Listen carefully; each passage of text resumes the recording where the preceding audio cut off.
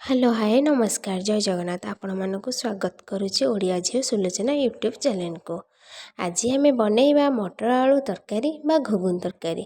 ମଟର ଆଳୁ ତରକାରୀ ପାଇଁ ଫାଷ୍ଟ ଆମେ ମଟରକୁ ଭିଜେଇକି ରଖିବା 4ରୁ 5 ଘଣ୍ଟା।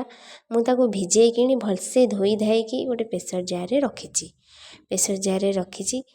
ତାପରେ ଗୋଟେ ସାଇଜ୍ ବଡ଼ ସାଇଜ୍ ଆଳୁ ଦୁଇଟା କାଟିକି ଧୋଇକି ରଖିଛି। ଚୋପା ଲଗା ନେବେ, ଚୋପା ଲଗା ଲଗାଇଲେ ଚୋପା ଲଗାଟା ଟେଷ୍ଟ ତା'ର ଅଲଗା, ଚୋପା ଛଡ଼େଇବେନି।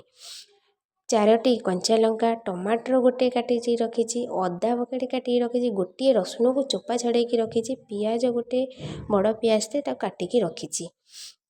ତାପରେ ଜିରା ଗୋଟେ ଚାମଚ, ଧନିଆ ଗୋଟେ ଚାମଚ, ତେଜପତ୍ର 2ରୁ 3ଟା, ଗୋଲମରିଚ 4ଟା, ଅଳେଇଚ ଗୋଟେ, ଡାଲଚିନି 2 ଖଣ୍ଡ। ଏମିତିଆ ତରକାରୀ କରିବେ ନା ତ ମୁଁ ଗ୍ୟାରେଣ୍ଟି ଦେଉଛି ପୁରା ହାତ ଚାଟି ଖାଇବେ ସହଜରେ। କାର୍ତ୍ତିକ ମାସ ଚାଲିଛି ନା, କାର୍ତ୍ତିକ ମାସରେ ଆମର ଆଇଁଷ ଖାଇବାନି। ଆଇଁଷ ନ ଖାଇଲେ ପାଟିଟା ଗୋଟେ ଅବାଗିଆ ଲାଗିବ। ଯେ ଆଇଁଷ ପ୍ରେମୀ ତ ସିଏ ରହିପାରିବେନି। ଏମିତି ଥରେ ସେ ଆଇଁଷ ବାଲାକୁ କରିକି ଦିଅନ୍ତୁ, ସେ ଆଇଁଷ ଖାଇବା ଛାଡ଼ିଦେବେ। ଏମିତି ଥରେ ଘୁଗୁନି ତରକାରୀ କରିକି ଦେବେ ଦୟା କରିକି। ବହୁତ ଟେଷ୍ଟି, ମାନେ ମୁଁ କରୁଛି ବୋଲି କହୁନି, ସତରେ ବନାନ୍ତୁ, ଟେଷ୍ଟି ପୁରା। ତାପରେ ମୁଁ ଏଠି ଆଳୁ ଯେଉଁ ଧୋଇକି ରଖିଥିଲି, ମଟର ଧୋଇକି ରଖିଥିଲି, ପ୍ରେସର ଜାର୍ରେ ତାକୁ ପକାଇଦେନି। ଆଳୁକୁ ଧୋଇକି ରଖିଥିଲି, ବଡ଼ ସାଇଜ୍ 2ଟା ଆଳୁ। ପାଣି ଟିକେ ଅଧିକ ଦେବେ ଆଦେହରେ, କାହିଁକିନା ମଟରଟା ଟିକେ ସିଝିବାକୁ ଟିକେ ଟାଇମ୍ ଲାଗିବ ନା। ପାଣି ଟିକେ ଅଧିକ ଦେବେ। ମୁଁ ଆଦେହରେ ପାଣି ଅଧିକ ଦେନି। ଆପଣ ଯେଉଁ ଅନୁସାରେ ସାମଗ୍ରୀ ନେଇଥିବେ ସେଇ ଅନୁସାରେ ପାଣି ଦେବେ। ପାଣି ଟିକେ ଅଧିକ ଦେଲେ କାହିଁକିନା ମଟରଟା ଟିକେ ବହୁତ ଟାଇମ୍ ଟିକେ ସିଝିବାକୁ ଟିକେ ଟାଇମ୍ ଲାଗିବ, ପାଣି ସେଥିଲାଗି ଅଧିକ ଦିଅନ୍ତି। ଏମିତି ଥରେ ବନାନ୍ତୁ, ଓଃ ସତରେ ପୁରା ଟେଷ୍ଟି। ତାପରେ ହଳଦୀ ଅଧେ ଚାମଚ ପକାଇଲି। ହଳଦୀ ଅଧେ ଚାମଚ ପକାଇଲେ, ତା ଦେହରେ ହଳଦୀଟା ପକାଇଲେ ସେ ଟିକେ ଜଲ୍ଦି ଟିକେ ସିଝିଯାଏ। ହଳଦୀ ପକାଇଲେ ଏ ତରକାରୀଟାରେ ଯେକୌଣସି ଜିନିଷ ସିଝାନ୍ତୁ ବରଂ ତା ଦେହରେ ହଳଦୀ, ଲୁଣ ଅଧେ ଚାମଚ ପକାଇବ। ଲୁଣଟା ପକାଇବା ଦରକାର, କାହିଁକିନା ଲୁଣ ମସଲାରେ ନ ପକାଇଲେ ଚଳିବ, କିନ୍ତୁ ଏ ସିଝେଇବ ଯେଉଁ ଜିନିଷରେ ତା ଦେହରେ ଲୁଣ ପକାଇବା ଦରକାର ନାହିଁ। କାହିଁକିନା ସେ ପରିବା ହେଉ କି ମଟର ଆଳୁ ତରକାରୀ ହେଉ, ମଟର ଆଳୁ ତରକାରୀ ଭିତରେ ଲୁଣଟା ପକାଇଲେ ଆଗରୁ ସିଝେଇଲା ବେଳେ ତା ଭିତରେ ପଶିଥିବ। ଆଉ ଯଦି ତୁମେ ସିଝେଇଲା ବେଳେ ନ ପକାଇକି ଯଦି କଷିଲା ବେଳେ ପକାଇବ, ତାହେଲେ ଇଏ ମଟର ଆଳୁ ତରକାରୀଟା ମାନେ ଟେଷ୍ଟ ଲାଗିବନି, ଅଲଣା ଲାଗିବ। ମୁଁ କାହିଁକିନା ମଟର ଆଳୁ ଯେତେବେଳେ ସିଝାଏ ନା, ମୁଁ ଆଗେ ମସଲାରେ ପକାଏ ନା ଲୁଣ, କିନ୍ତୁ ମଟର ଆଳୁରେ ଲୁଣ ପକାଇଦିଏ। ମଟର ଆଳୁରେ ତ ଲୁଣ ପକାଇବ, ମସଲାରେ ଲୁଣ ପକାଇବ, ତାହେଲେ ଭାଗ ମାପ ଜାଣିପାରିବେ।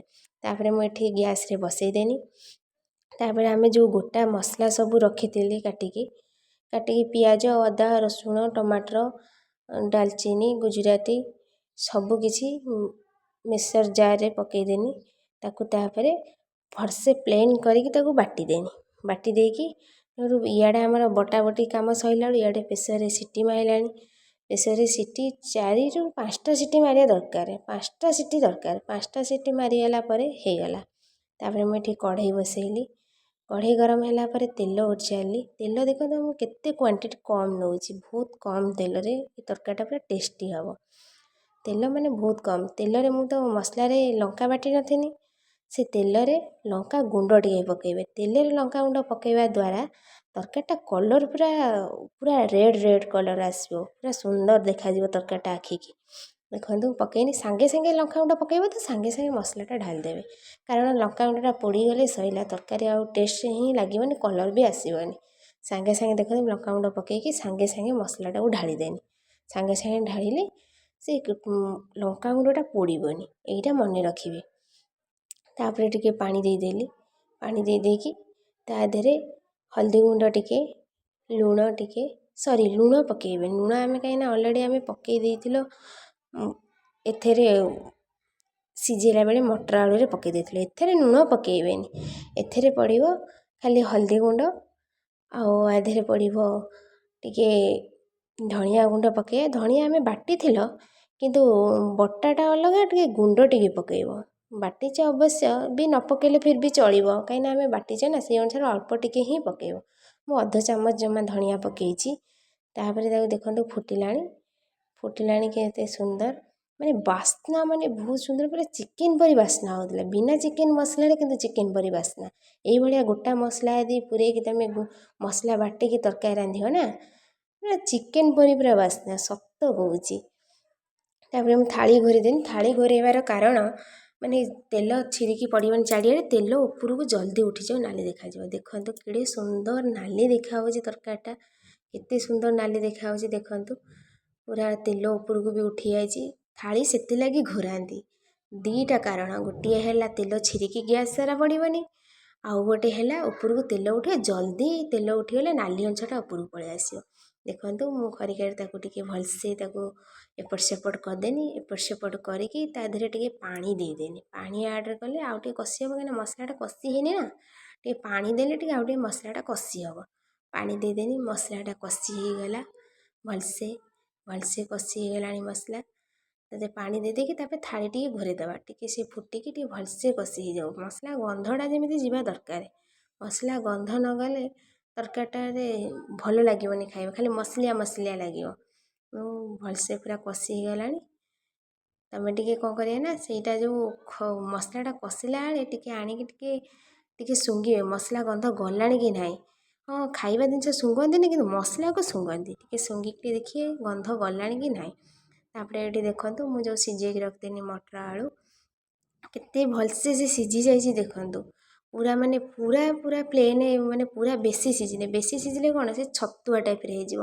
ଘୁଗୁନି ତରକାରୀଟା ଏତେ ବାଗ ଲାଗିବନି। ଘୁଗୁନି ତରକାରୀରେ କ'ଣ ଟିକେ ମଟର ଗୋଟା ଗୋଟା ରହିବ, ଆଳୁ ବି ଗୋଟା ଗୋଟା ଅଛି। ଦେଖନ୍ତୁ ମଟର ସିଝି ଯାଇଛି କିନ୍ତୁ ଗୋଟା ଗୋଟା ଅଛି। ଆମେ ବେଶୀ ସିଟି ମାରିନା, ବେଶୀ ସିଟି ମାରିଥିଲେ ସେ ପୁରା ବୋଇ ଯାଇଥାନ୍ତା। ବୋଇ ଗଲେ ଆଉ ତରକାରୀଟା ପୁରା କାଦୁଆ କାଦୁଆ ହେଇଯିବ, ଭଲ ଲାଗିବନି, ଟେଷ୍ଟ ଲାଗିବନି। ତେଣୁ ମସଲା ଏଠି କଷି ଦେଲିଣି, କଷି ହେଇଗଲାଣି ମସଲାଟା ପୁରା ଭଲସେ କଷିବ। ଏମିତି ଲାଗିବନି, ଟିକେ ଛାଡ଼ି ଟିକେ ମସଲାଟା କଷୁଥିବ, ତଳେ ଲାଗିଗଲେ ତ ତରକାରୀ ବେକାର ଆଉ, ଖରାପ ହେଇଯିବ ଆଉ। ତାପରେ ଏଠି ମୁଁ ସେଇ ମଟର ଆଳୁକୁ ଆଣିକି ତା ଦେହରେ ଓଜାଡ଼ି ଦେଲି। ଓଜାଡ଼ି ଦେଇକି ତାକୁ ଟିକେ କଷିମି, ଏପଟ ସେପଟ କରିମି, କଷିବି। କଷିକି ଭଲସେ ତାକୁ ଏପଟ ସେପଟ କରିଦେବ, କାହିଁକିନା ମସଲାଟା ମଟର ଆଳୁ ସହିତ ଟିକେ ମିଶିବା ଦରକାର। ଏପଟ ସେପଟ କରିଦେଇକି ତାପରେ ତାକୁ ଥାଳି ଘୋରେଇ ଦେବେ। ଥାଳି ଘୋରେଇ ଦେଇକି ଟିକେ ସମୟ ରଖିବେ 2ରୁ 3 ମିନିଟ୍ ଖଣ୍ଡ ଘୋରେଇବେ। 2-3 ମିନିଟ୍ ପରେ ତାକୁ କାଢ଼ିକି ଥାଳି ତାକୁ ଖେଳିବେ, ନହେଲେ ସେ ତଳୁ ଲାଗିଯିବ। କାହିଁକିନା ଆମର ଆଳୁ ମଟରଟା ସିଝିଛି ନା, ତଳୁ ଲାଗିଯିବ। ଦେଖନ୍ତୁ କେତେ ସୁନ୍ଦର ଦେଖାହେଉଛି ତରକାରୀ, ପୁରା ଫୁଟୁଛି ଗାବୁ ଗାବୁ ହେଇକି। ତାକୁ ଟିକେ ଭଲସେ ଟିକେ ତାକୁ ଏପଟ ସେପଟ କରିଦେବେ। ଏପଟ ସେପଟ କଲା ପରେ ଦେଖନ୍ତୁ ତରକାରୀଟା କେମିତି, ତଳୁରେ ଆଉ ଟିକେ ଡେରି ହେଇଥିଲେ ତଳଟା ଲାଗି ଯାଇଥାନ୍ତା, କାହିଁକିନା ଏଇଟା ସିଝା ଜିନିଷ ନା। ଟିକେ ଯାହା ବି ହେଲେ ଘାଣ୍ଟିବାକୁ ପଡ଼ିବ, ନ ଘାଣ୍ଟିଲେ ତଳୁ ଲାଗିଯିବ। ଦେଖନ୍ତୁ ଟିକେ ଆଉ ଟିକେ କଷିଦେବା, କଷି ଦେଇକି ଭଲସେ ଦେଖ କଷା ହେଇଗଲାଣି। ତାପରେ ଆପଣ ଅନୁସାରେ, ପରିବାର ଅନୁସାରେ ଯେତିକି କରିବା କଥା କରିବେ। ମୁଁ ଆମ ପରିବାର ଅନୁସାରେ ମୁଁ ଏତିକି କରିଛି। ଏଇଟା ରୁଟିରେ ଖାଇବାକୁ ବଢ଼ିଆ ଟେଷ୍ଟି, ରୁଟି ହଉ କି ଭାତ ହଉ, ମାନେ ସବୁଥିରେ ଖାଇବ। ଇଟିଲିରେ ଯଦି ଖାଇବେ ତାହେଲେ ଝୋଳ ଟିକେ ଅଧିକା ରଖିବେ, କାହିଁକିନା ପାଣି ହେଇ ଦେଖ ମୁଁ ଦେଲି, ମୁଁ ଏଇଟା ରୁଟିରେ ଖାଇବି। ରୁଟି ଅନୁସାରେ ମୁଁ ଏତିକି, ବେଶୀ ପତଳା ନୁହେଁ ନା ବେଶୀ ମୋଟା ନୁହେଁ, ମିଡ଼ିୟମ୍ ସାଇଜ୍ ରଖିଛି। ଆପଣ ଯଦି ଖାଇବାକୁ ଚାହାନ୍ତି ରୁଟିରେ ଆହୁରି ବି ମୋଟା ଗଲେ ବି ଚଳିବ, ପୁରା କଷା କଷା ଟାଇପ୍ର। ଆଉ ଯଦି ବରା କି ଇଟିଲି ଖାଇବେ ତାହେଲେ ପାଣି ଟିକେ ଅଧିକ ଦେବେ, କାହିଁକିନା ଘୁଗୁନିଟା ଟିକେ ପାଣିଆ ପାଣିଆ ହେଲେ ଖାଇବାକୁ ବଢ଼ିଆ ଲାଗେ, ଟେଷ୍ଟ ଲାଗେ। ଦୋକାନମାନଙ୍କରେ ଦେଖିଥିବେ। ଦେଖନ୍ତୁ ମୁଁ ଥାଳି ଘୋରେଇ ଦେଇଥିନି, କେଡ଼େ ସୁନ୍ଦର ଫୁଟୁଛି ତରକାରୀ, ପୁରା ଗାବୁ ଗାବୁ ହେଇକି ତରକାରୀ ଫୁଟୁଛି, ପୁରା ଭଲସେ ହେଇଗଲାଣି। ଅଧିକ ଟିକେ 5 ମିନିଟ୍ କିନ୍ତୁ ଥାଳି ଘୋରେଇକି ରଖିବେ। 5 ମିନିଟ୍ ଘୋରେଇବା ଦ୍ୱାରା ତାର ଯେତିକି ବାସ୍ନା ସେଇ ଝୋଳରେ ହିଁ ରହିବ, ବାହାରକୁ ବାହାରି ପାରିବନି। ଦେଖନ୍ତୁ କେଡ଼େ ସୁନ୍ଦର ହେଇଯାଇଛି, ବେଶୀ ମୋଟା ନୁହେଁ ନା ବେଶୀ ପତଳା ନୁହେଁ। ଏମିତି ହିଁ ବନେଇବେ, ଏମିତି ଥରେ ବନାନ୍ତୁ ତରକାରୀ। ମୁଁ ମାନେ ବାସୁଥିଲା ମାନେ ମୁଁ କହିବି କେମିତି, ଆପଣ ତ ବାସ୍ନାଟା, ମାନେ ତରକାରୀଟା ଦେଖିକି ଜାଣିପାରୁଥିବେ, ଆପଣ ତ ବାସ୍ନାଟା ନେଇପାରିବେ ନା। ମୁଁ ବାସ୍ନା ନେଇକି କହୁଛି, ସତରେ ପୁରା ଚିକେନ୍ ଟାଇପ୍ର ବାସୁଥିଲା, ଏତେ ସୁନ୍ଦର ବାସୁଥିଲା। ଆପଣ ଏମିତି ଥରେ ବନେଇକି ଦେଖନ୍ତୁ, ମୁଁ ଯେଉଁ ପ୍ରୋସେସ୍ରେ କଲି ସେଇ ପ୍ରୋସେସ୍ରେ ବନେଇକି ଦେଖନ୍ତୁ, ଗ୍ୟାରେଣ୍ଟି ଦେଉଛି ଏତେ ଟେଷ୍ଟ ଲାଗିବ, ହାତ ଚାଟିକି ଭାତ ଖାଇବେ, ହାତ ଚାଟିକି। ବହୁତ ସୁନ୍ଦର, ଭାତ ହଉ କି ରୁଟି ହଉ କି ପୁରୀ ହଉ, ପୁରୀରେ ତ ଆହୁରି ବଢ଼ିଆ, ସବୁଥିରେ ତରକାରୀଟା ଖାଇପାରିବେ। ଲାଷ୍ଟକୁ ତରକାରୀଟା ସରିଗଲା, ଧଣିଆ ପତ୍ର ଥିବେ ଧଣିଆ ପତ୍ର ପକାଇଦେବେ, କାରଣ ମୋର ଧଣିଆ ପତ୍ର ମୋ ପାଖରେ ଆଭେଲେବୁଲ୍ ନଥିଲା, ମୁଁ ସେଥିଲାଗି ପକାଇନି। ରହୁଛି, ନମସ୍କାର, ନେକ୍ସଟ ଭିଡ଼ିଓରେ ଦେଖା ହେବା, ବାଏ।